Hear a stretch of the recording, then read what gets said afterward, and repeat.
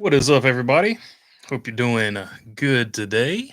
Of course, the big news breaking today, I guess, is Kyle Larson is officially running the double again, the Coke 600 and the Indianapolis 500, going to do the 1,100.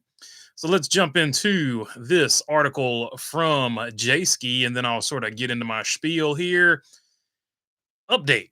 Team owner Rick Hendrick made it clear Tuesday that if history repeats itself and the Indianapolis 500 is delayed, Kyle Larson will leave that race early to head to the Charlotte Motor Speedway to make the start of the Coca Cola 600. We're going to run the 600, Hendrick said at the announcement at Charlotte Motor Speedway that included NASCAR president Steve Phelps in attendance. We will be here for the 600 if that means cutting the race short at Indy because of my commitment to NASCAR. We're in NASCAR, and that's where we run for a championship. If weather catches us, Tony Kanaan will get in the car. Asked if he would pull Larson out of the car. If Larson was leading the Indianapolis 500, Hendrick said, "We're going to be here." That via NBC Sports via Jayski. So I found that particular quote super interesting because we should be promoting this thing, right? And the first question that sort of mainstream media sort of jumps out of their mouth is what happens if it rains? The biggest race, the biggest race in American motorsports, NASCAR is the biggest series, but the Indianapolis 500 is the biggest race in American motorsports. And we've got a guy attempting the double. And the first question out of their mouths, instead of something positive like, do you think other drivers in the future will try to do the double and pull the double off? The first question out of their mouths, what if it rains? Will he be back? Because they're going back to this waiver controversy thing.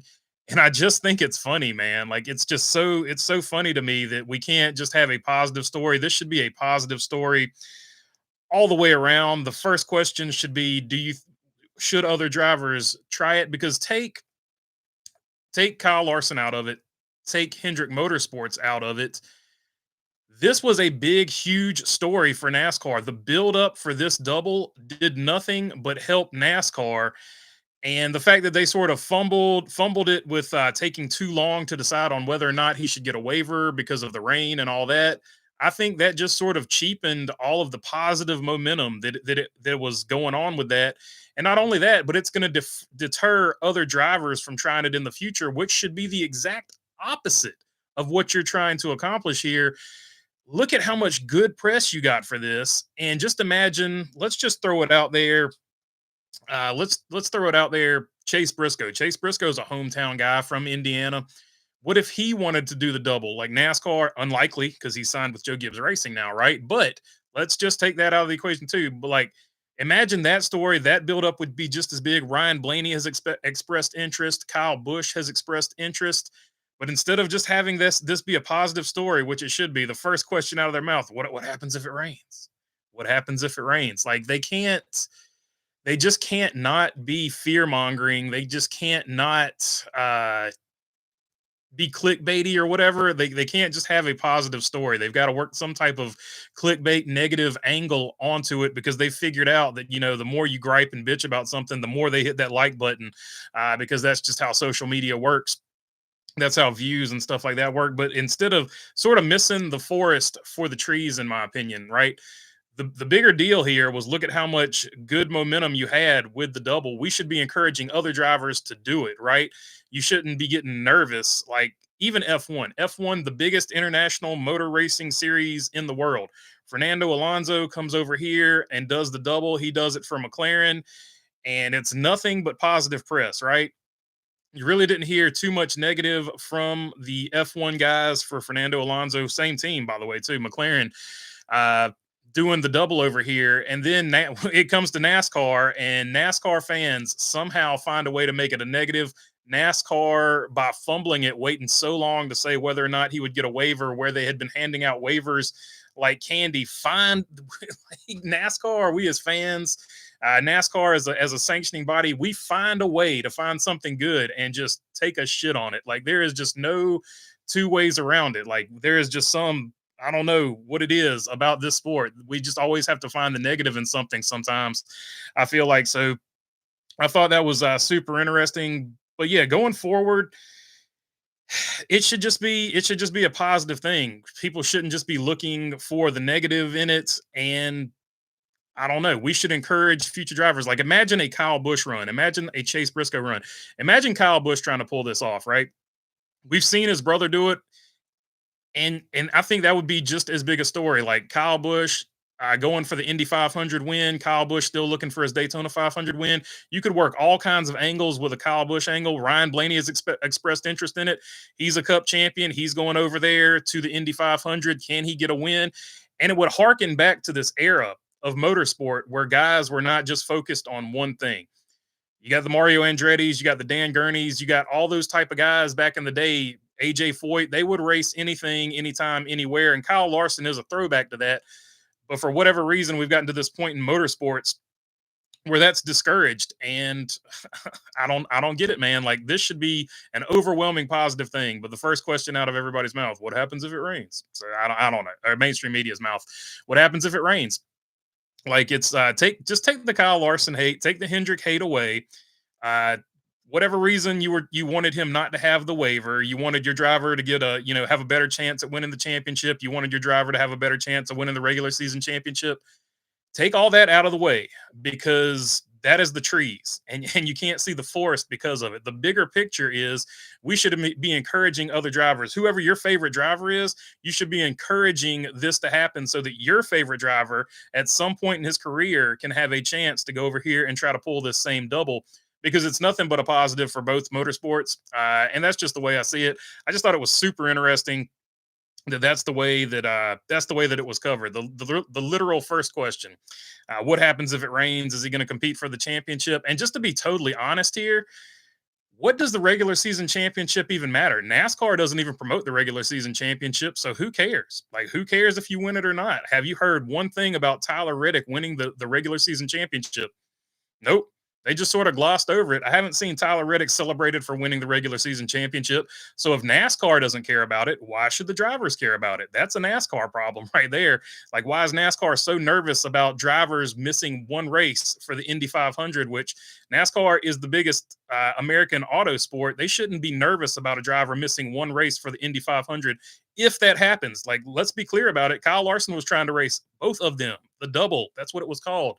So they shouldn't be worried about weather and one driver missing one NASCAR race to overall basically help promote the sport. So I don't know why NASCAR got so nervous about it. I don't know why they took so long.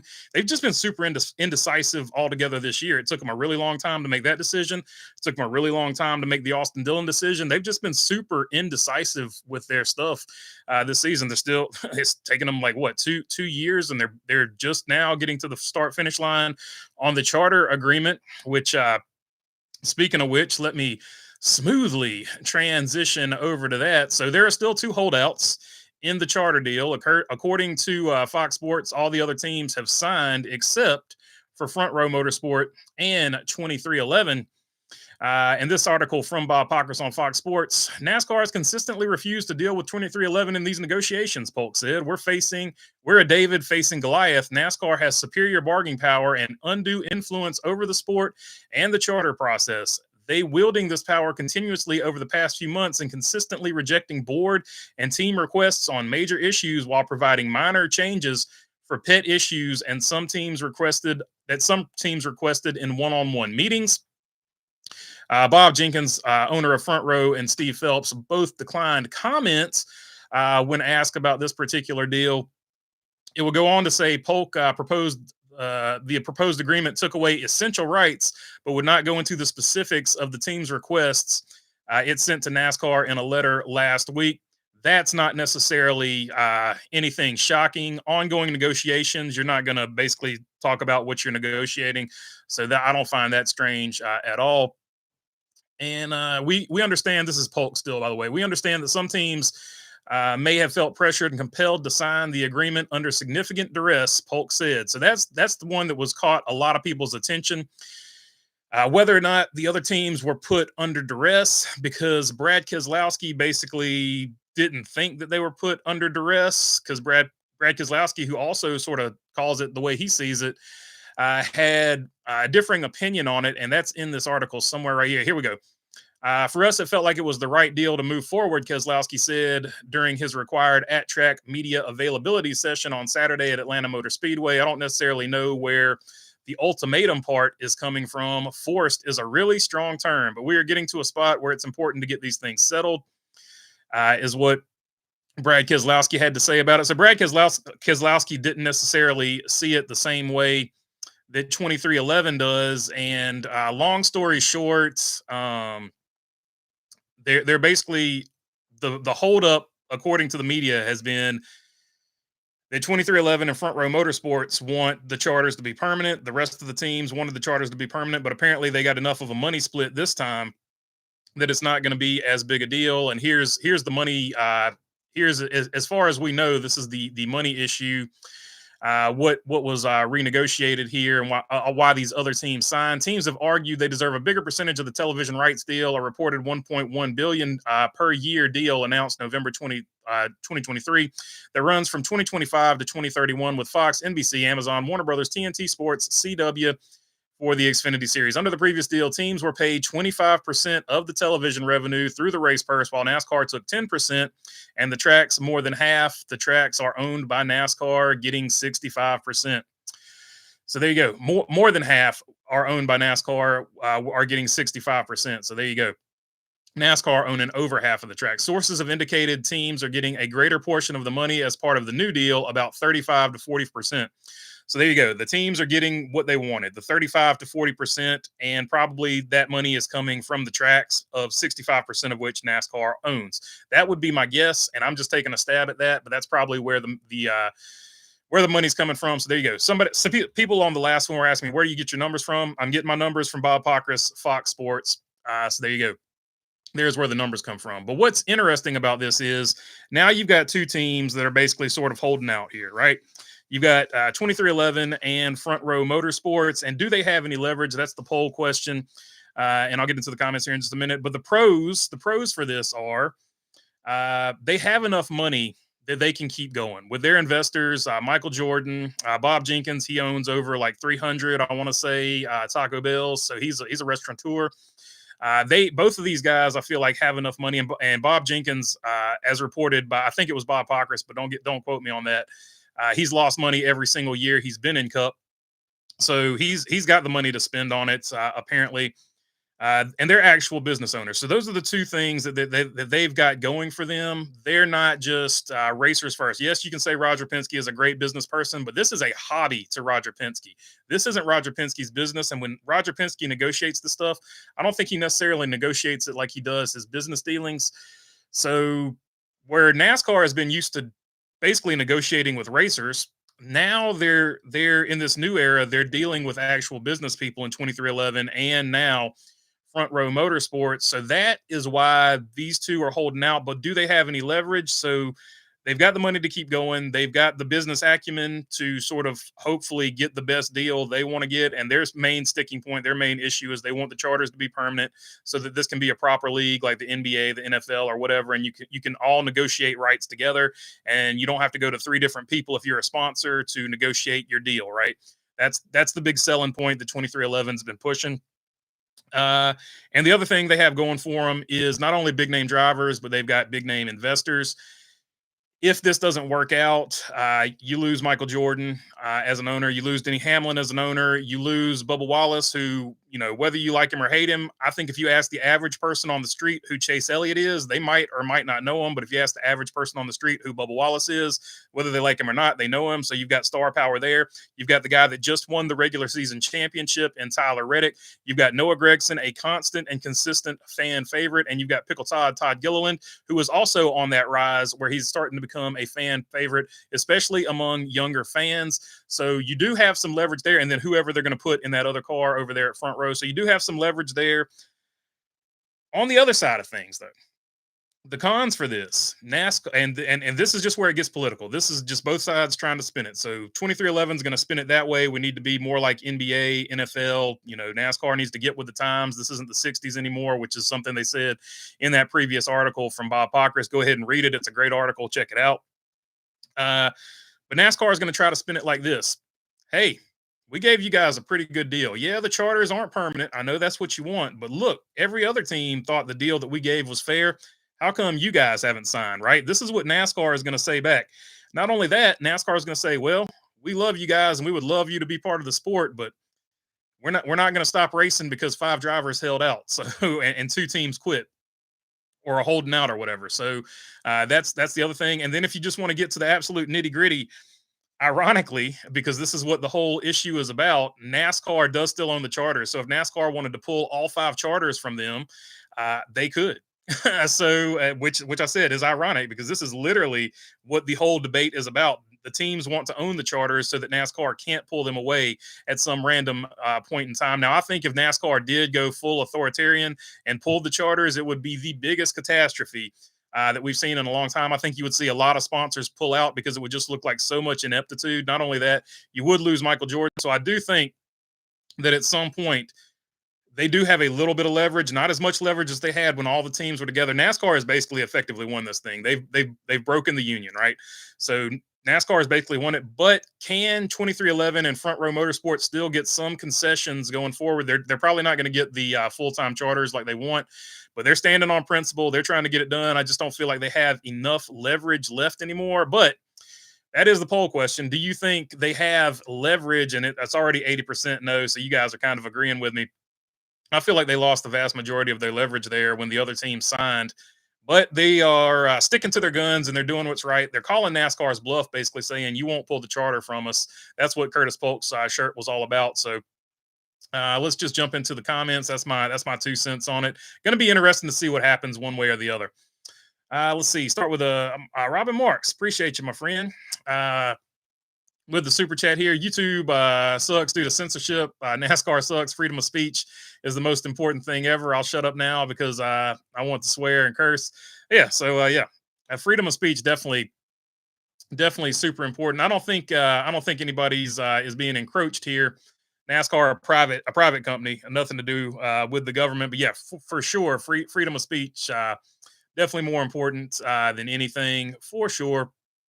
I do agree 100% with you there. Let's see. BB defeats Lanes, also known as the Jets 49ers game last night. At least Aaron Rodgers. And fist bump for you as well, Robin Mark. Sorry about that. Just getting warmed up here. Let's see. BB defeats Lanes, also known as the 49ers game last night. Yeah, for sure. I will say Aaron Rodgers did start to look like himself toward the end, though. So maybe he's got the rust off of him. But yeah, I did expect the 49ers to win that game, but I have been wrong before. But thankfully wasn't wrong in that one. Sorry for your loss on that particular game. Is that a Ty Gibbs hat? It's dope, says OJ and Toothpaste. This is actually a Kyle Busch hat from back in the day. The people asking, what if it rains? Are 11 and 22 fans, says OJ and Toothpaste. I just think it's people that don't like Hendrick and don't like Larson, but I feel like they're missing the overall point. Like you should be celebrating this so that in the future, like Logano or Hamlin fans, maybe you see them go over there and race the Indy 500. I think that would be cool. I think we should keep it going. I think it does nothing but help. NASCAR is still butthurt that Larson chose Indy 500 over the Coke 600, says Nav Race. Yeah, I didn't get that either. Like NASCAR, in my opinion, got super in their feelings about that. And I'm like, dude, you guys are the biggest motorsport in North America. They have the biggest race. Just get over it. Just get over it and deal with it. Let them miss one race to try to pull the double. He wasn't even trying to miss the race. That's the funniest part about it. Just give him the waiver. He attempted it. He literally attempted it. He was there to get in the car at the rain break. So I mean, it's not like he was trying to miss it. It was the biggest nothing burger I've seen, but they made it, which you could tell it hurt their feelings. So they made it a big burger, but it was a nothing burger. How about the triple Monaco, Indy, and Charlotte? You're going to need like a Concorde or something, Jamie Schweitzer, to make that happen. So I don't know about that. It would be cool if we could get there one day. Maybe the what was it, Star Trek, where they teleported? Maybe that technology in the future. Bruce Reed, Fist bump, my friend. Number 21, Burton, 2024 champion. That's right. We're all riding with Harrison Burton to pull the ultimate upset. Howdy from Canada. I have nothing but positive to say about NASCAR. The management sucks. I have nothing too positive to say about NASCAR. The management sucks. I hope Denny wins the playoffs so he can complain from the pulpit. That would be the ultimate. Denny Hamlin as a champion, and you got to give him the microphone to talk. That would be the ultimate. I hadn't even considered that, but yeah, that would be pretty cool. Pretty cool. The charter deal probably doesn't help. The double will be a positive story, says Napa Racing fan. Yeah, that's part of it. Like I think both of them are positives. Like most of the teams have signed. I feel like that's a positive. So we can hopefully not talk about it anymore. Hopefully the last time we have to talk about it is when 2311 and Front Row finally get whatever they figure out and they sign as well. Because I feel like they will eventually. And it's a positive that Kyle Larson is running the double again. And hopefully in the future, we'll see somebody like Kyle Busch and somebody like, Ryan Blaney's expressed interest in it. Hopefully we see one of them go in there and win as well. Or not win, but go ahead and attempt the double. Hopefully win. It would be great if one of those guys won. No doubt about it. Let's see. Let's have a lively NASCAR debate. No politics to stir up any dirty air around here. Just good hard racing, internet bannering, boogity, boogity, boogity, says Ryan. Agreed. So if you want to watch the debate, that comes on in about 40 minutes. So if you want to get your politics in, turn into a YouTube channel that does politics. I'm sure they'll be going crazy because this is the debates, the first debate, possibly the only debate. Hacklin going out in the first round, says Mark Barnum. He's definitely not trending the right way. But could you imagine him from the pulpit as NASCAR champion? That was an interesting take. Good call, Robin Marks. Penske usually discourages their drivers from crossing over to different racing disciplines, says Napa Racing fan. Yeah, Roger Penske wasn't super keen on that. I'll tell you what I would like to see. So if we could see it in reverse, I would love to see Scott McLaughlin do the Indy 500 and then come over and try the Coke 600. I think that would be absolutely stellar. He's got a great rivalry with Gizzy, Shane Van Gisbergen. I think that would be a super, super huge marketing tool that they could use. I think that would be another super positive for both series if they could make that happen. Like you would have Kyle Larson doing just imagine if it's next year, you'd have Kyle Larson doing the double and you would have Scott McLaughlin doing the double. That would be phenomenal. I think that's something that we need to see in the future. I know Penske doesn't necessarily promote that, but I think Scott McLaughlin is the perfect guy that could pull that off. Nothing against Ryan Blaney. I think Ryan Blaney, if he puts the time in and practice, he could pull it off as well. Never want to bet against YRB. 15 playoff points for regular season champion. I think it's a consolation prize. NASCAR gives a trophy in advance to say we're sorry if you're the best, but didn't win in our phony playoffs, according to Napa Racing fans. So yeah, and to me, they're missing a great opportunity with that too. NASCAR could have its own version of the Triple Crown. The driver that wins the most races, the driver that wins the regular season championship, and the driver that wins the playoffs. We've had a driver do that recently, and I think Kyle Busch has done it as well. In a previous season, Kyle Larson and Kyle Busch, I know for sure, have pulled off the Triple Crown since the modern playoff started. But I think that would be a cool thing. And even just winning 2 legs of the Triple Crown, like Kevin Harvick did that one year, where he won all those races, won the regular season, but didn't quite get it done in the playoffs to win the championship. It would have been a great story to follow. So NASCAR is shooting themselves in the foot, not promoting a Triple Crown. I've made that video before. It didn't get a lot of traction, but maybe I'll make another one about it because I think it's a good idea. Denny knows his plans next year. JGR signed the charter, but his drivers don't know the plans, right? What they get paid or sponsors. Does it have any effect on not signing? Says Jimmy Howard. Well, in that article, let's see here. They do talk about it. Curtis Polk, after saying NASCAR had the power or whatever, he did go down here and say, I can't find it, and I don't want to search for it too long. But he basically said we got enough money to keep running regardless. So he basically said if you take the charter, we'll keep running anyway. So he's kind of basically just saying, 2311 and their investors, they have FU money, so you're not going to outspend them. You're not going to, force them into a financial bind because according to Curtis Polk, and I do believe him, just based off 2 of the investors, they've got FU money. So they're NASCAR is not going to like outspend them to put them in a bind or anything like that. So I do think regardless, the drivers and all that, they'll keep going.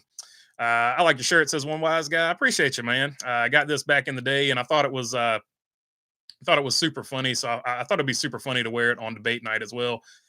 because everybody gets all riled up about politics. And at the end of the day, I've got people that are friends that vote both ways, and like I don't care. I'm still gonna talk to them. I don't get the whole deal of not being friends with somebody because they didn't vote for who you wanted to vote for. To me, it's the equivalent of not being friends with somebody because you're a Duke fan and they're a North Carolina fan, or vice versa. You're a 49ers fan, they're a Cowboys fan. Like it's why would you not be friends with them? It's so much fun to just talk junk and have a little bit of fun about it. Hi, y'all from North Idaho. What's up, Cassandra? What's up, North Idaho? What's up, Mark Barnum? Will Watkins Glen be a good race or a snoozer like last year, says OJ and Toothpaste? I think it'll be a good race. I think there's enough on the line right now that you're going to see some crazy strategy. I think the ending of it will definitely be very good. Now, the first two stages, because they're going to be stage breaks, could possibly be a snooze fest. The Glen could be good with the tire they're bringing. And that's the other thing. Good point, Mark Barnum. They're going to have some tire fall off. So that's going to be a thing to watch as well. NASCAR creates charters for teams to have value, then don't want to make them permanent charters. If you don't want the teams to have charters, why did you create them in the first place? Thank you, Napa Racing fan. So that's the other thing that also usually gets brought up. Well, they should just get rid of the charters. That would be an absolute freaking disaster. You can't put that genie back in the bottle because that's something that NASCAR created and brought upon itself. So if they take away the charters, you have to pay the teams for the value that you're taking away from them, or you're going to go to court, and that's going to be a big whole thing. That's going to be a lot of negative press, and a lot of sponsors are going to pull out because you just look like you don't know what you're doing business wise. So that would be a disaster. So you can't take them away. They're basically permanent anyway. You might as well just make them permanent. Like, I don't get the hold up from NASCAR on doing that. To me, it's just a control thing from NASCAR's perspective. So I don't know. I don't get it.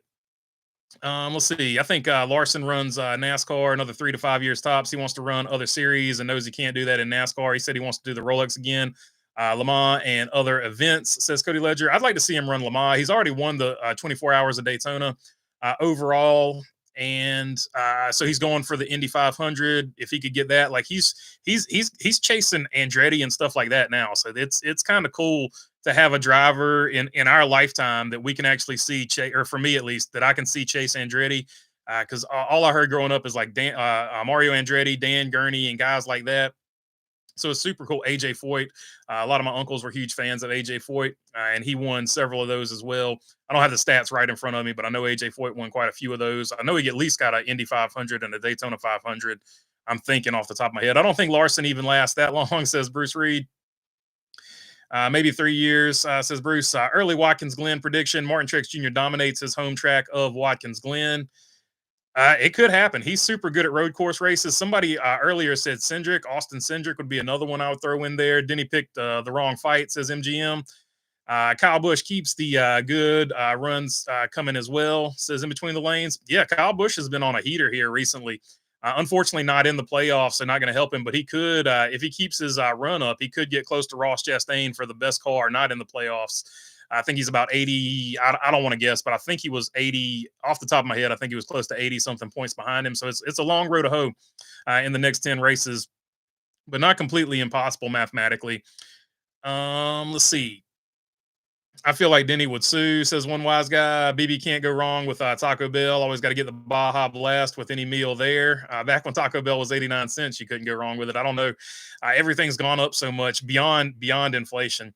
Unfortunately, Taco Bell, the best cure for constipation, says Mark Barnum. Aaron Flynn laughing at that one. Playoff criticism from the media, charter chaos, media reigns on the double parade with rain questions. Walmart helped Logano win in Atlanta while the Walmart car was out in front with the 99, by the way. What a week, says Napa Racing fan. Yeah, it's been crazy, man. It has been a crazy week. There's no doubt about that. Mark, I thought it was McDonald's for constipation. I wonder if Denny tried to communicate with other owners to see if he had any support. I don't know. It just doesn't feel like a very organized union. That's what I'll say. And that's what I was saying earlier when I was talking about like 2311 and Front Row Motorsports. They approach this like a business where the rest of the guys approach it like a racer. So they're approaching it like racers. Obviously, they don't know how a union works. So, and having meetings individually, that was the first sign that they were failing. So NASCAR basically broke them, but we'll see if 2311 and Front Row can get any type of concessions by holding out individually. Like I said, I don't feel like they have a whole lot of power doing that, but they do still have a little bit of leverage, so maybe they can get a few more concessions. I don't think they're going to get the permanent charter that they're looking for, even though they're standing on principle and what they're standing on. And they say it in that article. Like I said, read the article from Bob Pockris. What standing on actually overall, in their opinion, would benefit NASCAR as a whole. Like it would benefit NASCAR, it would benefit the teams, it would benefit the tracks.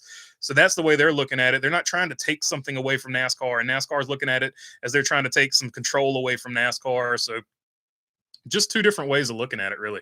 Interesting thoughts. JGR moves Bell to the 18 in 2025. Then lifelong Tony Stewart fan Chase Briscoe pilots. That would be pretty cool, Ryan.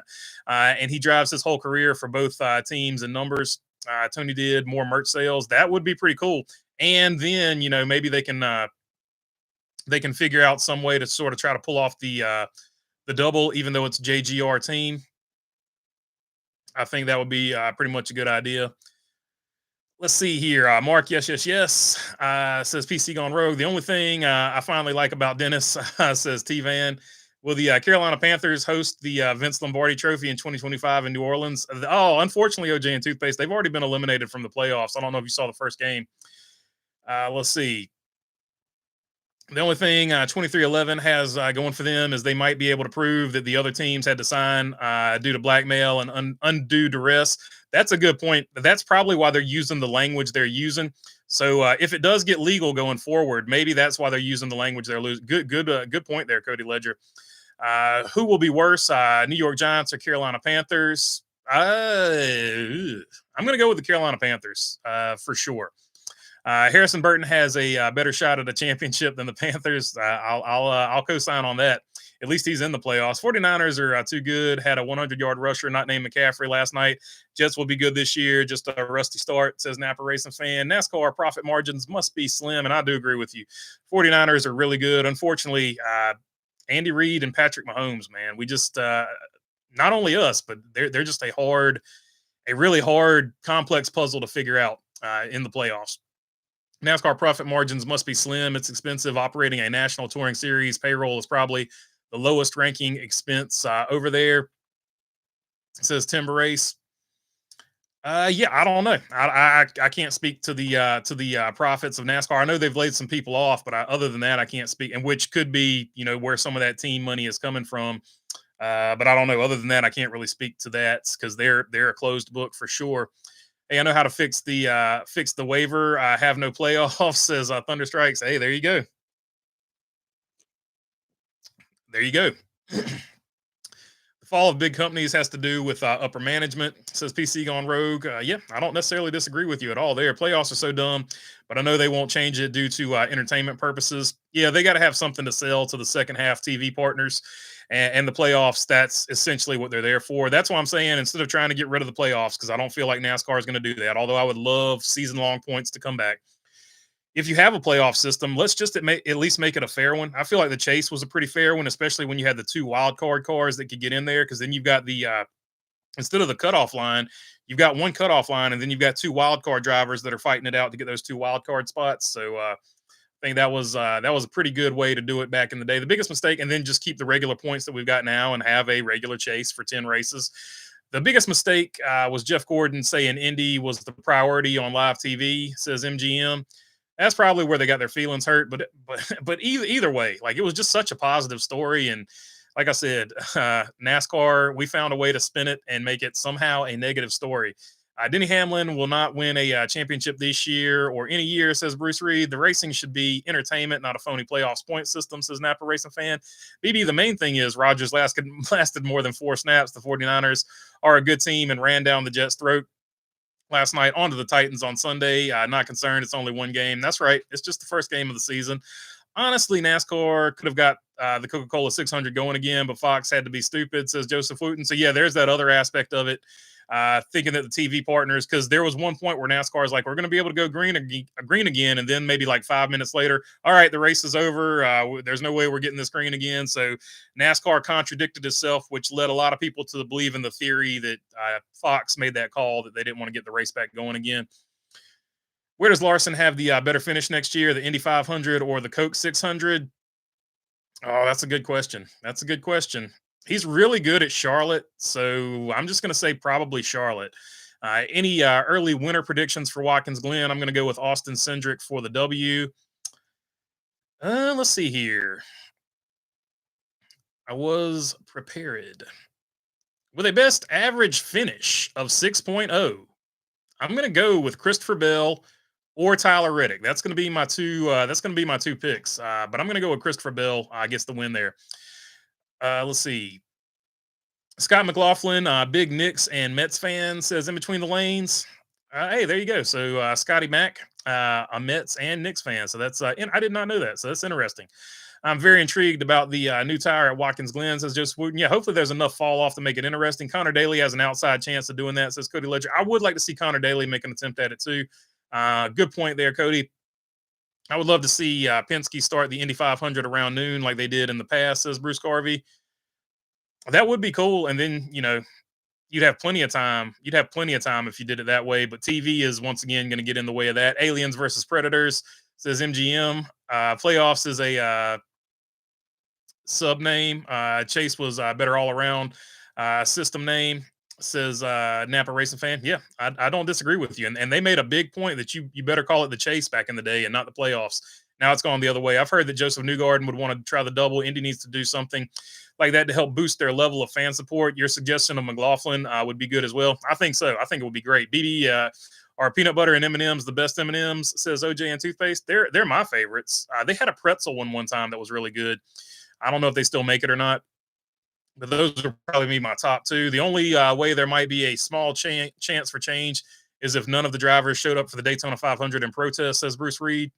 Yeah, I think that would open NASCAR's eyes. But since some of the teams have already signed, I think that pipe dream's over. I don't think it was ever going to happen to begin with. But I do think that the chance for that to happen, I should say, is probably slim and none, and Slim just left town. How did your fantasy football team do this weekend? We won. I had the 49ers kicker, and he put up a crazy stat, and I had Seattle's defense. And I don't know what Seattle's defense did, but they had crazy numbers in my fantasy. We're a big points league. We like to give points for everything. So they did crazy numbers, both of them. So, yeah, did a good job. Appreciate you there, Ryan. I got the win. I'm 1-0. Niners fan, their kicker, and Mason carried me from behind to victory to start 1-0. All right, so two Niners fans and two Niners fans are both 1-0 along with our team. So I appreciate you. I got the kicker too. Tyler Reddick wins Watkins Glen. That's not a bad pick.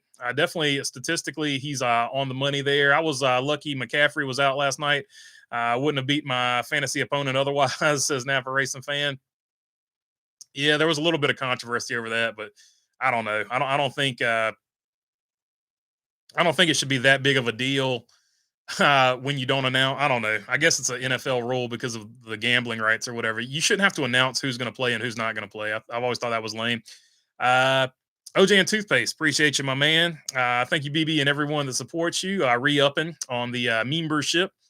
Let me say this, BB, with the second half run for Kyle Busch, how does that help him heading into 2025? Hopefully they just keep the momentum going because they're finishing this season the opposite of how they finished last season. So hopefully when the season starts around the next time, they'll have this big on their side, big momentum on their side. 2 to 4 p.m. at Taco Bell, drinks are $1. Says in between the lanes, that's when you get Baja blasted, my friend. OJ and Toothpaste, 11 car ran around in the back all race, then gets taken out of the end. Says OJ and Toothpaste. Yeah, his I still don't believe that was his grand scheme. I think they just missed something on the setup. All this Taco Bell, and that's what I had for lunch. Love those cinnamon twists. Always order 2 of the twists because 1 is never enough, says Ryan. Yeah, Taco Bell portion sizes are pretty low, or pretty slim, I should say. BB, are the Carolina Panthers your second favorite team? I have never pulled for the Carolina Panthers. By the time I was already born by the time they came around, and I picked my team at a pretty early age. So I was always like Joe Montana. The 49ers had gold helmets, and I thought that was cool. My favorite color was red back then, and so it was pretty easy pick. And Joe Montana and Jerry Rice, they were just thebomb.com. So it was pretty early on that I picked them. Just picked it off helmet style, really, and then the rest fell in place. I did have a brief run. I pulled for the Falcons when they had Deion Sanders because I thought he was pretty fun to watch. But always the 49ers were my favorite team. And then he came over to the 49ers, so everything worked out. And I didn't have to pull for the Falcons anymore because they were no longer the closest team, and I just don't like the Carolina Panthers logo. I thought it was always kind of lame, or their colors. I just don't like the silver helmet. I'm not a big fan of the silver helmet with the blue. It doesn't. I don't know. They should just have a black. If they went to a black helmet with the blue, I feel like they would have something then. But the silver helmet with the blue, I can't get behind it. So and now it's just too late in the game. Just going to be a 49ers fan. Can this run for Kyle Busch help him in 2025? I was trying to say before. Yeah, I think it can definitely help him. Panthers ticket selling for a couple bucks, but disclaimer: $40 parking and StubHub fees with an additional $60. Says OJ and toothpaste. Yeah, and it's Charlotte, so there's ways of working around that. I'll keep that to myself, but you don't have to pay for parking because God gave you these two things called feet, and you can walk. You ain't got to pay you don't have to pay the $40 parking. So it is what it is. My biggest gripe with they sold I want to say last year it was something ridiculous like either $1 or 50 cents they sold tickets for, and they still couldn't get people out to the game. My biggest gripe with the playoffs is definitely the one race championship. A manufactured game 7 moments isn't special. Yeah, if you have it all the time, it's not special. What makes game 7 moments special is you never know when they're going to come. And they're not manufactured. It's because 2 teams couldn't figure it out in 6 games, so they had to go to the 7th game. So manufactured. That's why the 1992 championship was so impressive. 36 races, and it came down to the last race and a couple of points, a handful of points. That's what made that season so special. Probably one of the best in all of NASCAR. And then the Tony Stewart, Carl Edwards season, where they were technically tied, and the guy with the most wins, I guess, got the nod of the hat.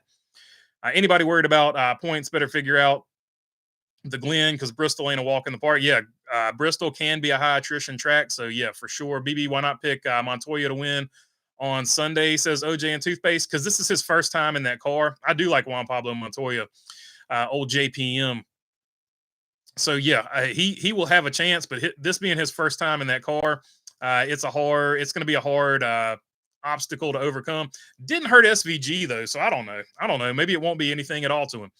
BB NASCAR should be embarrassed at the Xfinity attendance Saturday. They can't go against college football. Yeah, I mean it's that time of the season. Football is the biggest sport in the United States, so I don't think anything could really go up head to head against it if we're being apples to apples there. Tommy the Tree, what's up? Oh, Tommy, what's up, man? Original member of the very first race team that I helped build a race car with. What's up, Tommy the Tree? Appreciate you, my man.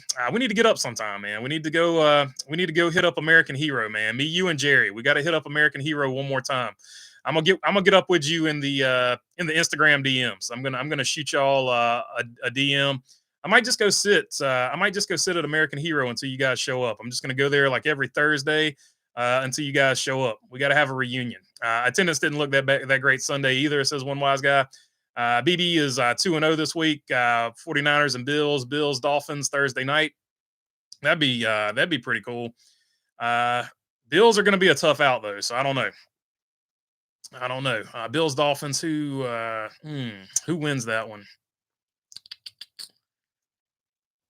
I think they're going to get the Dolphins, man. I think the Bills are going to get the Dolphins there, but that's just a guess. That's just a wild guess. It was interesting that the media actually criticized the playoffs this week. They finally woke up, I guess. I would guess some in the media thought it was done behind the scenes and kept quiet in media appearances, or they were told by NASCAR to shut up. Either way you want to look at it. Caitlin Clark outdrew Packers Eagles games, says Mark Barnum. She's a phenomenon right now. She's been a phenomenon for about 3 or 4 years now. But yeah, she's a phenomenon this year. Probably the biggest overall story in sports, which is good for the WNBA going forward because they've got her, you would imagine, for at least the next 12 or 13 years, conservatively. I had Seattle's D as well. Says around, hey, there you go. We're killing it in the stats that nobody really. They're far from your first draft pick. I guess we should put it that way. You can never have enough kickers and defenses, though. You always got to draft at least 3 or 4 of them. Joking. That's from the what's that? The league. Taco from the league. You can never have enough kickers. Good to hear that they finally speak out about many flaws in the system. Maybe maybe just maybe it can change soon. Yeah, I do think we will see at least some tweaks to this playoff system going forward. Not anything that you're going to be super impressed about, but I do think NASCAR will tweak it a little bit. Technically, next year there will be three playoffs, three prime qualifying races for $1 million bracket, five TNT races for a bracket and playoffs. Taco Bell chips and cheese is a joke now. They used to give a tiny cup. Now they've increased the price by dollars. Uh, any updates on Kurt Busch's issues? Nope. Probably just going to pay his fine and just being on suspension or whatever. I don't know. I don't know exactly how it works. Let's see. But hopefully, I mean, to be his age and be doing stuff like that, like there's probably deeper issues there. So hopefully he gets those figured out. But definitely not a good look. Harvick's number 4 was the only silver and blue I approved of. It says MGM.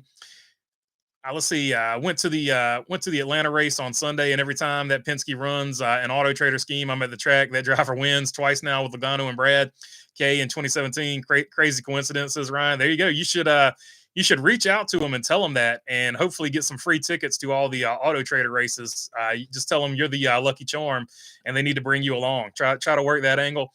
Juan Pablo wins while Corey LaJoy wrecks the jet dryers on Earth 2, says Jamie Schweitzer. I like the way you're thinking there.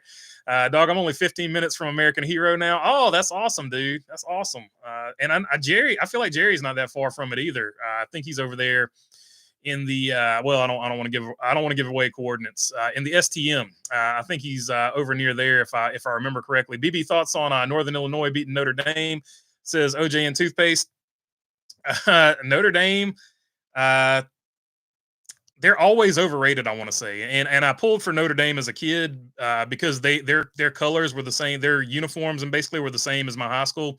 So a lot of Notre Dame because I went to Northern Durham, the ND, all that stuff lined up. So I had a lot of Notre Dame stuff back in the day. Rudy the movie was fairly new back then; it wasn't super old yet.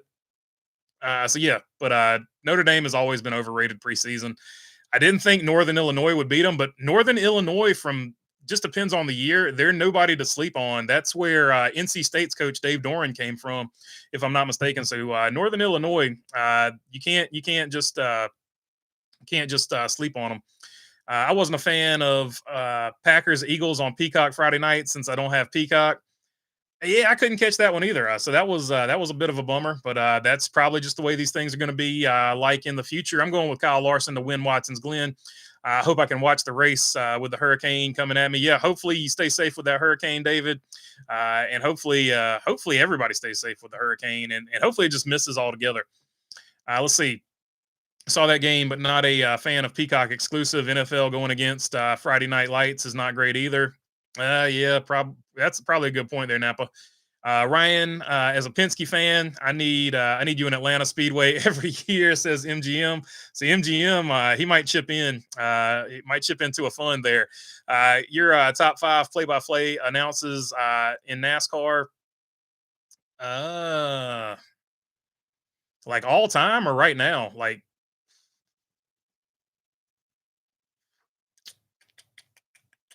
David Hobbs would have to be in there. I like Lee Diffie. I think he's got potential. But then you got, Bob Jenkins, Benny Parsons, Eli Gold. I guess that's 5 right there. And then what was the booth? Was it Buddy Baker, Bob Jenkins, Ned Jarrett's got to be in there somewhere too. So probably like if just a 3-man booth, if I had to pick it, Benny Parsons, Ned Jarrett, and Bob Jenkins. That would probably be my booth right there. All timer. I live in upstate New York and no rain forecast for 10 days. Watkins Glen weekend looks dry, says Bruce Carvey. Good. Fingers crossed. I hope it does. Great job, brother. Keep it up, says Aaron Flynn. Coach Prime is nowhere near Prime. Now, I didn't say Coach Prime is a different animal. I like Deion Sanders, the player. Coach Prime, he's still got the same swagger, but he needs to get the wins. Like I don't mind I like the trash talk, but you've got to back it up with wins. And if you don't back it up with wins, it just gets not good. We'll put it that way. Chase Elliott and Michael McDowell should be factors at Watkins Glen. Oh yeah, Chase Elliott's always got to be in there. Michael McDowell, we know what he can do. Colorado is so overrated, says Napa Racing fan. They are. They've got some good players, but they are not. They just I don't know. Have they held a team under 20 points? I don't know that they have. Defense definitely not showing up. They can put up some points though, so it's every Colorado game is sort of like a race to the finish or a blowout. Like they're either going to race to the finish or it's going to be a blowout because they're it's to me, and I don't know why I'm breaking down football, but they uh, they just look like they can't stop anybody. Couldn't stop a nosebleed. That's what I was looking. That's the term I was looking for. Why does Notre Dame get national coverage every year? They are so overrated. They had a deal for they've got their own TV rights. That's why they're on TV all the time. I don't know who they've signed it with, but back in the day it was always with NBC. I don't know who's got them now. Colorado would be lucky to win 3 games, says Mark Barnum. Eli Gold, Benny Parsons, Bob Jenkins. Hey, there you go, Casey Woodside. That would be a really good one too. Eli Gold, really good at what he does. I think he's with the Alabama Crimson Tide now, if I'm not mistaken. I watched the Manning cast last night. It says In Between the Lanes. Yeah, they really dug into Ayuk when he dropped that pass. Like Peyton Manning was all up in them cheeks talking trash. Let's see. Yes, sir, bud. About to get the Jer Bear to the house for some fall shenanigans. That sounds good, man. Racing season's almost over, so I will be down for that around about the end of middle of October. I'll say middle of October. Let's see, because they are ND and I have a team contract with NBC for football. Okay, so it is still NBC. BBD like watching bowling on TV, says OJ and Toothpaste. It depends on who's bowling. Like I like the dude that always did the old DX. I like that dude. I like the dude with the great big afro. I want to say his name might be Kyle too. I might be wrong about that, but the dude with the big old afro, he's pretty fun to watch. There's a couple of other ones, but those are the ones that jump out. I don't know any of their names, but I do catch it sometimes. Like when it'll just be, you know, how you just leave the TV on after something happens, typically a race, honestly. And then sometimes they'll have the PBA. No, that's Pro Bull Riders Association. Whatever the pro bowling thing is? But sometimes I watch the rodeo stuff too. I like the rodeo stuff too. I want to go watch one of them team rodeos. Like Austin Dillon's got a team rodeo. They're like a blue and black, the Carolina Cowboys. That's the name of that team. He's actually got it's been a wrap on a car before too. So I actually want to go out and watch one of those too. But yeah, I do like watching bowling. I suck at bowling, but I like watching it. Let's see. Kyle Troop Afro. That's him. I thought his name was Kyle. Appreciate you there, Bruce Garvey. Russell Dominguez, Carlito. Hey, Carlito. He had the old Afro too. The Cuban. What was he? I don't know. He spit the apple though. Caribbean cool Carlito. That's what I was trying to think of. Yeah, he had one too. I liked him as a wrestler as well. Glenn on USA and IndyCar finale at Nashville Super Speedway on NBC Sunday, same time, 3 p.m. So there you go. The bowler with the afro is named Kyle. So there you go. He joins the power rankings, the Kyle Power rankings. Kyle Troop being his name. Eli Gold retired from calling Alabama football. Oh, so he has retired. I listened to the radio broadcast of the game, and it isn't the same, says Glenn Parr. Yeah, Eli Gold, absolute legend, no matter what. Actually started off calling hockey, Canadian, if I'm not mistaken.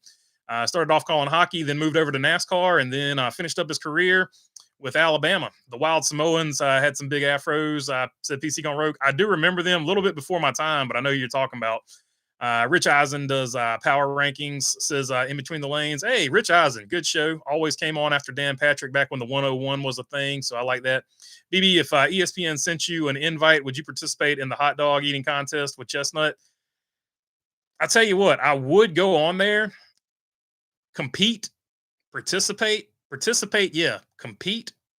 I'd go up there and maybe eat 2 or 3 hot dogs, and then I'd be like, look at these idiots going crazy. I would eat 2 or 3 hot dogs. I would be the only guy that like walks up there, and I would grab like a hot dog and then walk in and like put some chili and some mustard on it, some onions, some sauerkraut, get that thing dressed up pretty nice. However you dress up your hot dogs, mustard, ketchup, and chili. That was always a classic back in the day.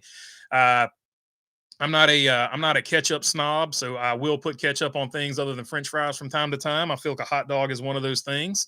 I'm not super picky about it. But yeah, mustard, typically mustard, chili, and coleslaw. That's kind of been my go-to here recently. So I would go down there and dress it up with mustard, chili, and coleslaw.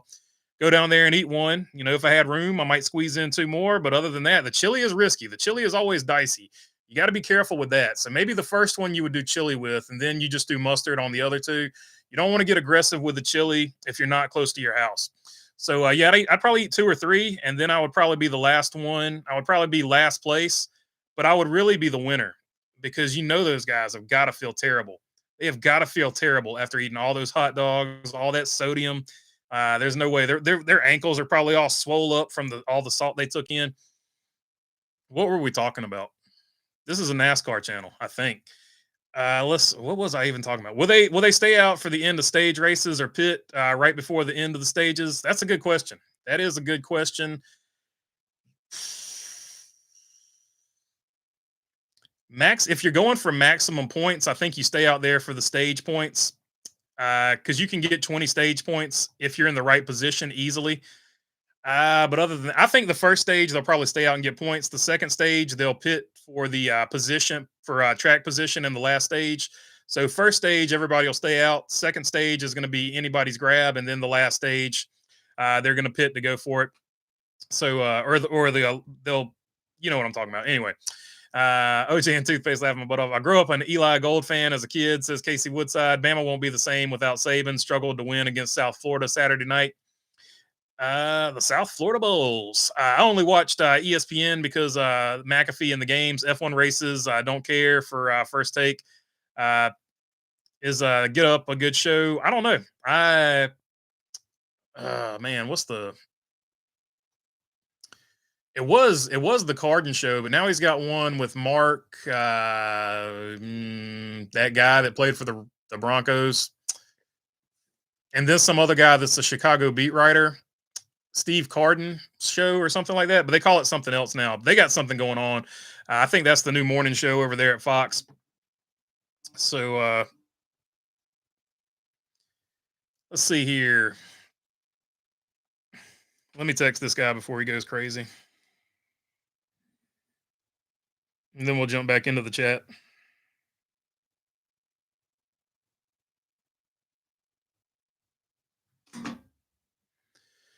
All right, let's see. Amazing screen, says Russell Dominguez. Yeah, nothing greater than just watching somebody text while on stream. So I apologize for that. But he's texted me like 15 times now, so I don't know. And nobody's dying. Bring a family-sized portion of chili from Wendy's, says Glenn Park. One time, ESPN News had adult big wheel racing, most random form of racing I've ever seen or heard of. So that was probably really cool. They've got the if you go to VIR. Especially during Hyperfest, they've got the Power Wheels. So they've got the Power Wheels downhill race. So that's got to be up there. But if you go back to ESPN2 back in the day in the early 90s, they had the Street Luge. The Street Luge was basically like the greatest thing of all time. They don't televise it for the X Games anymore. I haven't seen it recently. I don't know if it even still exists, but I used to love watching the Street Luge. That was the best part. Craig Carton. So the Craig Carton hour. It's almost second hour, says one wise guy. Yeah, second hour. We just talk about stuff. Anyone catch NASCAR Inside the Playoffs or NASCAR Daily, says Napa Racing Fan. I've caught NASCAR Daily, so that's Shannon Spake by herself doing like an 8 to 10 minute deal. That's pretty good so far. It's been pretty good. She got like 6K views the first one. The one today, after 2 hours, it wasn't as healthy as I would hope it would be, but hopefully that catches on because she's doing a good job with it. Shannon Spake always does a good job. I haven't watched the other. There's 2 other shows you got to watch. The one where they got all the round table where Kyle Busch was joining in. I need to go find that one and watch it. And I don't even know what channel it comes on. And then the other one with Mamba Smith, the Jackman from RCR, and some other pit crew guys. I haven't watched that one yet. I need to go find that one and check that one out as well. They're gonna run Mamba Smith to death. That dude's the hardest working man in NASCAR show business. No doubt about it. He's at the track. He's sort of like the MC for all the outside the pedestrian area where you buy your stuff. Where he's interviewing people. He's doing that. He's got 3 shows on the NASCAR deal, and occasionally he races at Hickory. That dude. Pound for pound, he's outworking everybody in NASCAR media. I thought Eli Gold was real old, but he's only 70, only 9 years older than me, says David Garland. Let's see, team manager BB making deals for November season preparation, no doubt about it. We're gonna find some money. Maybe Tabasco. Maybe we can have another Tabasco car for the off season. Tabasco practice car. Chrome Diesel, what's up, BB? How you doing? So if teams want media money, what about track purse? Well, I think the track purse has increased, but the money that they're putting into it's no longer about that. Unless you're a really small team, the track purse isn't usually isn't going to cover what you spent to be at the racetrack that day, and that's not just NASCAR. That's across all other motorsports. Let's see. Also, another podcast with a pit crew. Hit the Jack. I think it is Hit the Jack. That's what it is. So yeah, that's it. That's the one I haven't found yet. KFB Roundtable was Inside the Playoffs. Inside the Playoffs is the one I need to find. I know it's on like I've got HBO Max, but I need to go find where the replay of it is at. BB, should Kenny Wallace, Kyle Petty, and Jimmy Spencer all have a show together? Now, Kyle Petty is the one that needs a show. He had coffee with Kyle. I don't care for Mamba, but he's fine, says Napa Racing fan. Yeah, for whatever, like people either really like him or they really don't. He brings like a different aspect to it. Like he's like NASCAR. People don't think about it like this. Like if you're an old school NASCAR dude, you don't really think about NASCAR like this. But at some point, NASCAR became like a fashion statement, and he brings like the fashion side of it. He's like for the younger fan. So coming at it from that angle, he's definitely doing a good job with the younger fans. He's wearing the vintage T-shirts, and he's always got the outfits or whatever, and he always talks about them. So he's coming from it from that angle. But for like I don't know, for old school fans, we never even I guess these T-shirts are popular now, but we never even thought about the T-shirts we were wearing being like a fashion statement. We were just like, I want the Dale Earnhardt shirt because there was only like 3 of them back in the day. So you would try to buy all 3 if you had the spare change or whatever. So I don't know. I don't know. It's I don't know. We just aged out of it. That's the way I look at it. We've aged out of that particular culture, but they're into it. So they're wearing the Jordans because of Michael Jordan, the skinny jeans, and then they've got their vintage T-shirt on, and probably usually a vintage hat. And if it's cool enough, or if they just feel like wearing it, also usually like a retro jacket. I think Chase Authentics made it too, and there was another brand like JH or something like that that made the retro racing jackets. But it's like a big fashion thing, and he definitely plays into that side of it. Talked about that longer than I thought about, but I feel like he does bring that aspect to it, and I haven't seen anybody else bring, I guess, necessarily the fashion side of NASCAR to it, which I thought was interesting because it is a big deal. You see a lot of like people that don't even care about NASCAR. They're wearing a lot of NASCAR stuff because it's popular right now, the TikToks and whatnot. Let's see. True TV. Yeah, True TV is where it's at, and I think the replays are if you got HBO Max or Max, I guess is what they call it now. It's there. I need to find the replays. I remember Sunday morning used to have sports reporters, and I watched that. I used to remember Mike and Mike in the morning. I used to have First Take when Skip and Stephen A. Just don't need the shouting. Yeah, PTI used to be the best debate show, and they didn't scream or shout. They just gave each other's points and I thought it was just a better way of doing it. For whatever reason, Screaming A Smith, and Skip Bayless, they that took off. I guess because it was more entertaining or whatever. So I don't know. I don't know how to call it. BB, worst fast food that you stay away from. Around here, it was always like rallies or checkers because they were always getting shut down for health violations and stuff. Uh, mm, I don't think I've seen one of those in a while. Jack in the Box. They're similar to Jack in the Box if you don't know what I'm talking about. Um, Worst fast food. I don't know. Let me think on it for a minute. So many options. All of it's bad for you, so I guess we should start there. Worst tasting fast food though. That's a good question. Let me think on it for a minute here. Where does track purse come from? Says Chrome Diesel. Sponsors pay in, and then they take a little bit of money from you always have to pay an entry fee. So your entry fee, portion of your entry fee at least, and then you've got whoever's sponsoring the race would most likely be responsible for the sponsor money that race.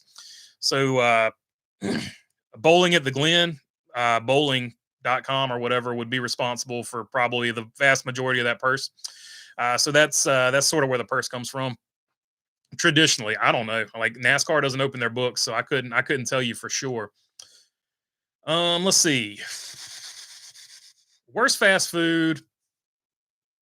Worst fast food. Who would have the worst fast food? Yeah, I'm tempted to say Sonic. I'm gonna go with Sonic for the worst fast food. I've never eaten anything at Sonic that I was just like, man, that was super tasty. So I'm gonna go with Sonic. Let's see. Nice Tabasco sponsored number 19 Toyota Camry XSE out of Joe Gibbs Racing Stable, and we'll practice at a number of Martin Truex Jr.'s home tracks. What NASCAR driver has the least swag? Says OJ and toothpaste. Ooh, that's a good question, OJ. Who has the least swag? Well, I'll tell you what, BJ McLeod probably has the most swag. He's pretty swaggy. I would say least amount of swag would probably have to be, man, I hate saying this because he's such a good dude. And I always appreciate him when he's doing the, like, when I'm at the racetrack and he's doing like a driver interview because he's always just so honest and tells the truth.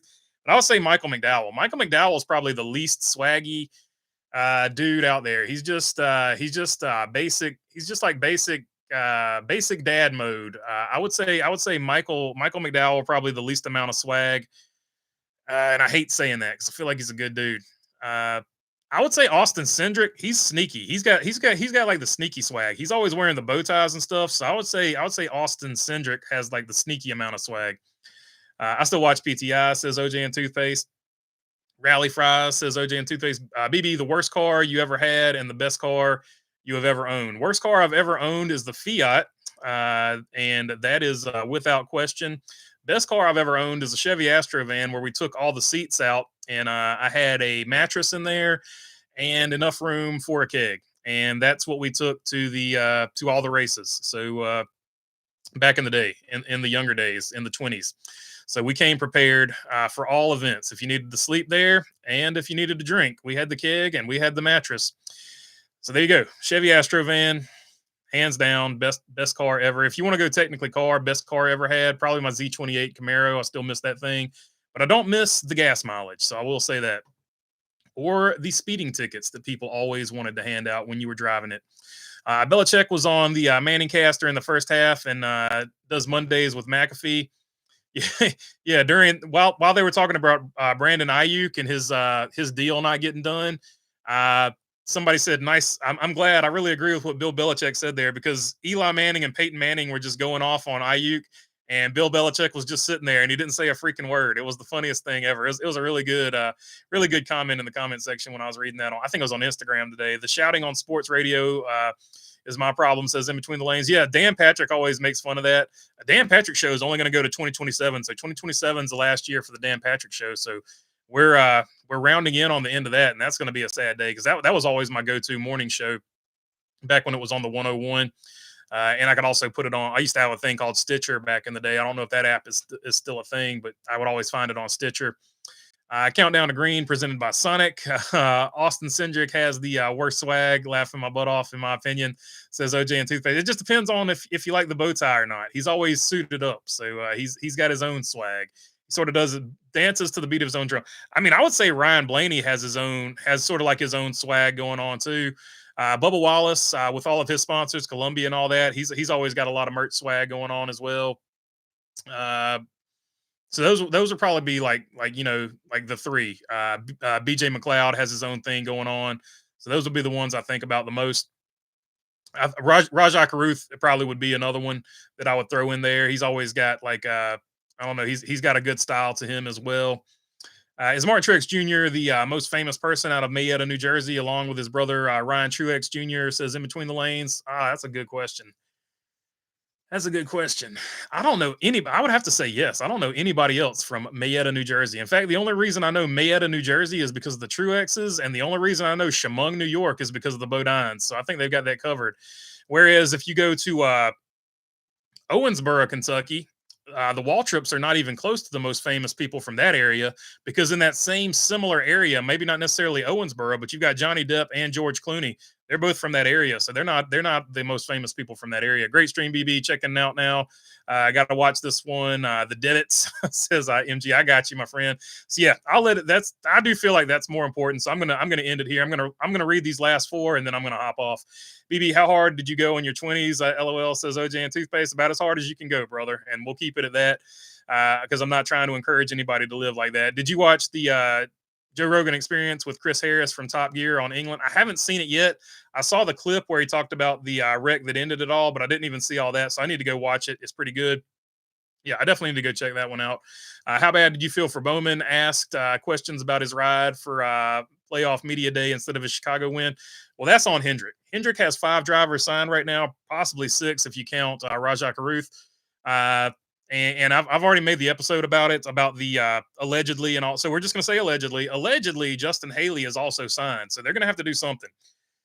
Because allegedly Justin Haley's already signed. Allegedly, he is going to go to the number 7, and allegedly that's why Corey LaJoie threw that random shot at Justin Haley about his win not being real. Allegedly, I don't know how many times I can say allegedly. So that's sort of where all these questions are coming from, because the people in the media have heard the same things that I've heard, and it's come from, let's say, reliable sources. Let's see. But yeah, it does suck that he has to that he has to answer those questions. But Hendrick did it to himself, to themselves. I came in on the heel of the hot dog rant. Have you ever had a Paul's Place dog with Swedish red relish near Wilmington? I haven't. I haven't, but I need to. Sir Wood Rooster, I do need to check that out. Let's see. What's it called? Paul's Place hot dog.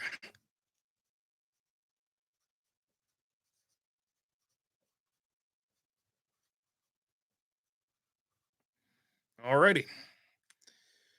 Great night, have a great night, everyone. Allegedly, says one wise guy, Bowman wouldn't want to drive the 7 again. Tommy Baldwin Racing 2015 Dover in particular, says Napa race fan. That's a good point. That's a throwback. That's a throwback reference, Napa. Yeah. All right. That's it for this one. Poll question: 70% no, saying that they don't have any leverage anymore, and that's it. Peace. Enjoy the debate.